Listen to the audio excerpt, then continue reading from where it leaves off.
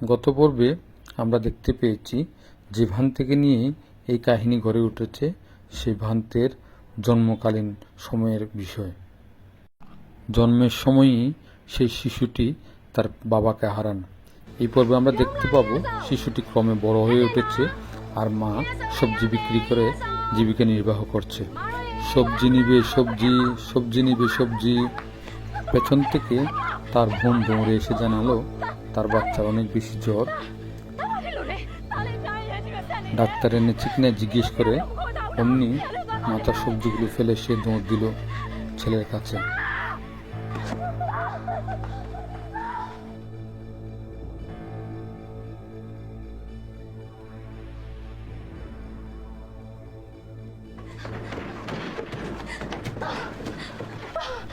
Doctor বলল, চিন্তার কিছু নেই, আমি ইঞ্জেকশন এবং ওষুধ দিয়েছি।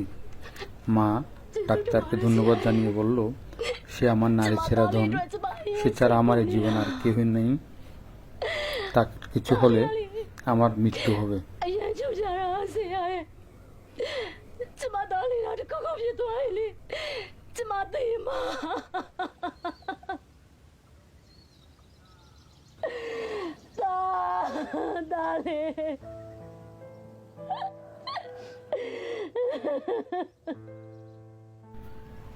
এভাবে তাদের দিন চলতে লাগলো। একদিন সবজি বিক্রি করে এসে মা তার বোনের কাছে জিজ্ঞেস করলো তার ছেলে খেয়েছে কিনা। বোন বলল, আমি রান্না করেছি সেই সকালেই, কিন্তু তোমার ছেলে বলল সে বুদ্ধকে দান দেবে। তারপর থেকে সে ভাবনায় বসেছে, এখনো পর্যন্ত উঠেনি। মা বলল, তোমার ছেলে এমনিতেই দুর্বল, না খেলে তো আরো দুর্বল হয়ে পড়বে, আমি তাকে ডেকে দিই। বোন বলল, না তা করো না, তোমার পাপ হবে, সে ভাবনা করছে। সে খুব ধার্মিক। বোন বলল।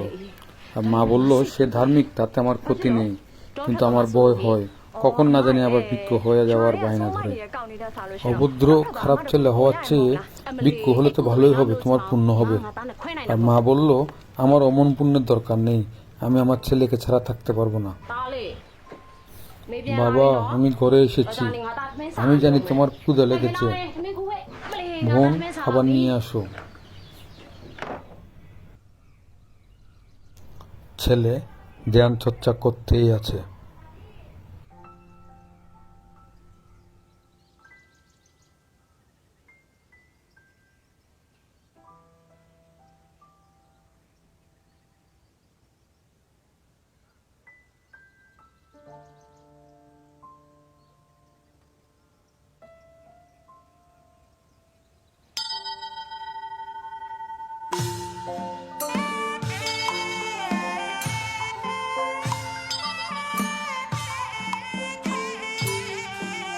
মাসি, ভান্তারা আসতেছে, পিণ্ডদান নিয়ে আসো।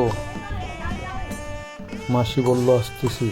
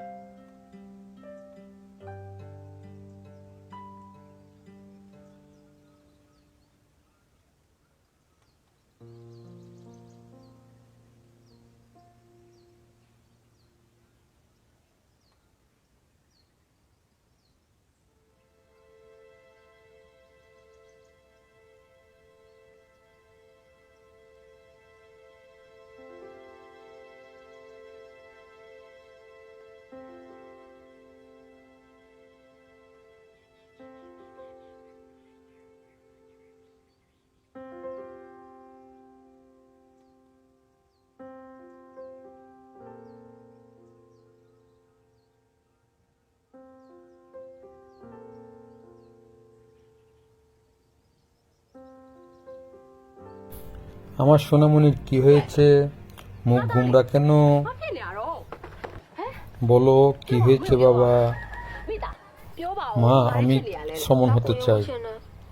বাবা, তুমি তো অনেক দুর্বল। সমন হলে কিন্তু রাতে খেতে পারে না। মা, আমি না খেয়ে থাকতে পারবো। বাবা, সমন হলে কিন্তু অনেক নিয়ম কানুন পালন করতে হয়। জীব সামলাতে না পারলেও পাপ হবে। তুমি তো এখনো ছোট। তাহলে ওই ছোট সমনটা কেমনে পারে? আমিও পারবো। আমি শ্রবণ হব। এই বলে সে গোদরে বসে রইল। বোন বলল, কি হয়েছে? মা বলল, সে সমন হতে চায়। বোন বলল, তোমার ছেলে স্বভাব তো জানোই, সমন হলে অসুবিধা কি? তাছাড়া সে যেহেতু ছেলে, তাকে একবার তো প্রভুজ্য ধর্মে দিতেই হবে।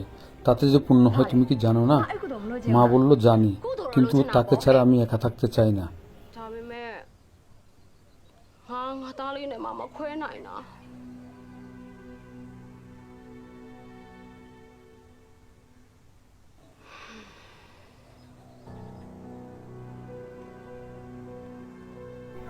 ছেলে গো ধরল, সে খাবে না তাকে সমন হতে না দিলে।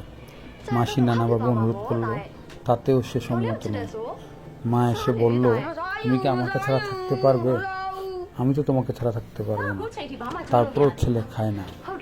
অতঃপর মাসি নানাভাবে মাকে বোঝানো শুরু করলো, তুমি তার ইচ্ছে পূরণ করো, তাতে তোমার পুণ্য হবে। তাছাড়া এই পুণ্যের ভাগিদার তোমার মৃত স্বামীও হবে। তাই তাকে বাধা দিও না, তাকে পুণ্যকর্মটা করতে দাও।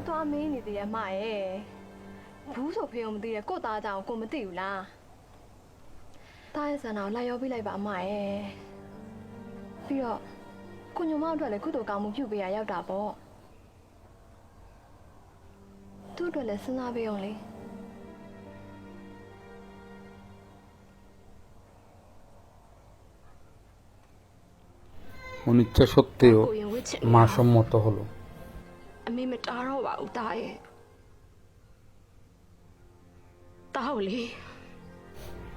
ছেলে মায়ের অনুমতি পেয়ে অত্যন্ত খুশি হয়ে মাকে জড়িয়ে ধরল।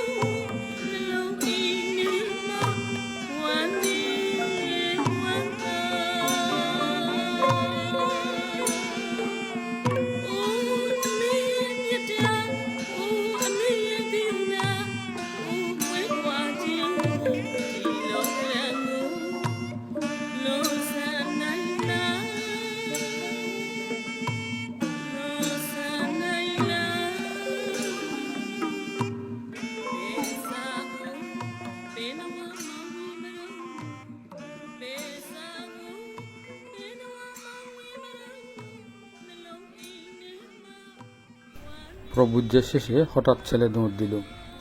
মা বলল, আমি তো সমন তোমাকে এখনো ভালোভাবে বন্দনা করতে পারিনি। সমন বলল, তুমি আমাকে বলবে যেন তাড়াতাড়ি ফিরে যায়, সেজন্য আমি দূরে চলে এসেছি। তাহলে তুমি কয়দিন পর বাড়ি যাবে?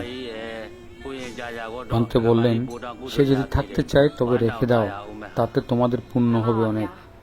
মা বলল, সে আমার একমাত্র সন্তান, তাকে ছাড়া আমি আলাদা থাকতে পারবো না ভান্তে। বোন বলল, তুমি এমন করছো কেন? সুমনকে ভালোভাবে থাকতে দাও। মা বলল, আমাকে ছাড়া সে কেমন ভালো থাকবে আমি জানি। কয়েকদিনের মধ্যেই অধ্যক্ষবান থেকে বিরক্ত বানিয়ে ছাড়বে। বোন বলল, চলো আমরা যাই। ভান্তের কাছ থেকে ক্ষমা প্রার্থনা করে তারা চলে গেল।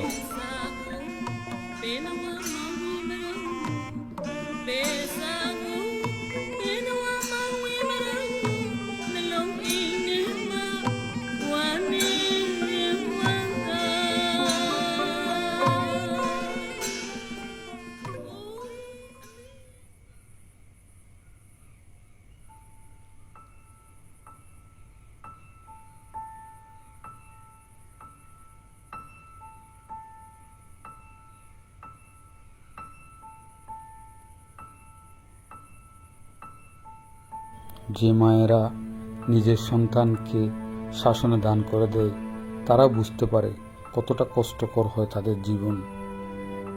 ইচ্ছে হলেও নারী ছাড়া সে ধনকে আর বুকে টেনে নিতে পারে না একটু আদর করতে। সে সন্তানের বেলায় কি ইচ্ছে করলেও মায়ের পাশে ঘুমাতে পারে না, মাকে বুকে জড়িয়ে ধরে কাছে টেনে নিতে পারে না। এই যেন কাছের থেকেও নেই। সে এক করুণ জীবন যাপন হয় উভয়েরই। নিজের একমাত্র সন্তানকে ছাড়া বিছানায় ঘুমাতে গিয়ে মায়ের সেই আত্মনাতি ফুটে উঠছে। কত মা নিজের সন্তানকে এইভাবে শাসনে দান করে দিয়ে নিভৃতে কান্না করে, আমরা কয়জনই বা তার খবর রাখি।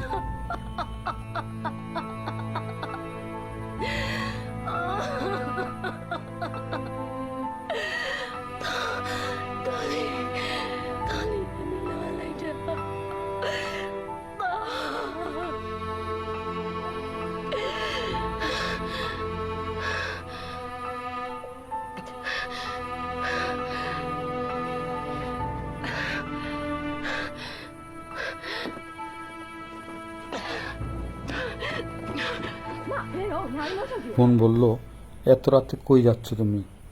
মা বলল, আমি আমার ছেলেকে ছাড়া থাকতে পারবো না, আমি মরে যাব। বোন বলল, মাত্র 9 দিন সে থাকবে, আর কয়েকদিন পরে তো ফিরে আসবে। তুমি এমন করো না বোন। আমার মনে হচ্ছে আমরা চিরতরে আলাদা হয়ে গেছি। 2 দিন, তার জন্য আমার জন্য 2 বছর। আমি যেন নরক যন্ত্রণা ভোগ করছি তাকে ছাড়া।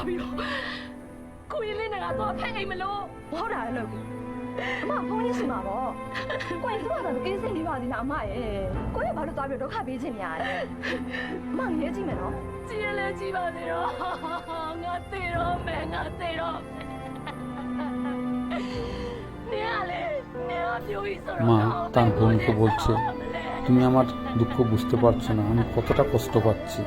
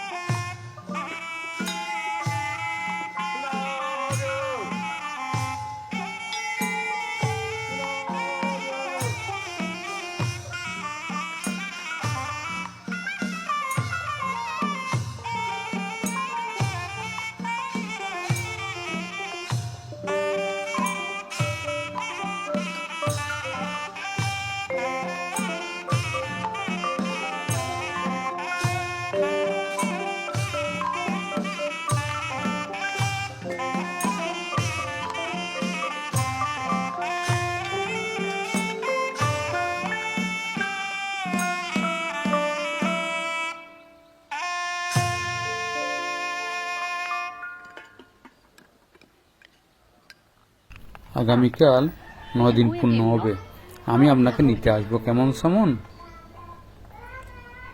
দেখেছো দেখেছো তার কাণ্ড, আমার কথা যেন শুনতেই পেল না। তুমি এমন করছো কেন? সে তার ধ্যানে আছে। বোন বলল, এগুলো বাড়াবাড়ি। সে কি তার মায়ের কাছে ফিরে আসবে না?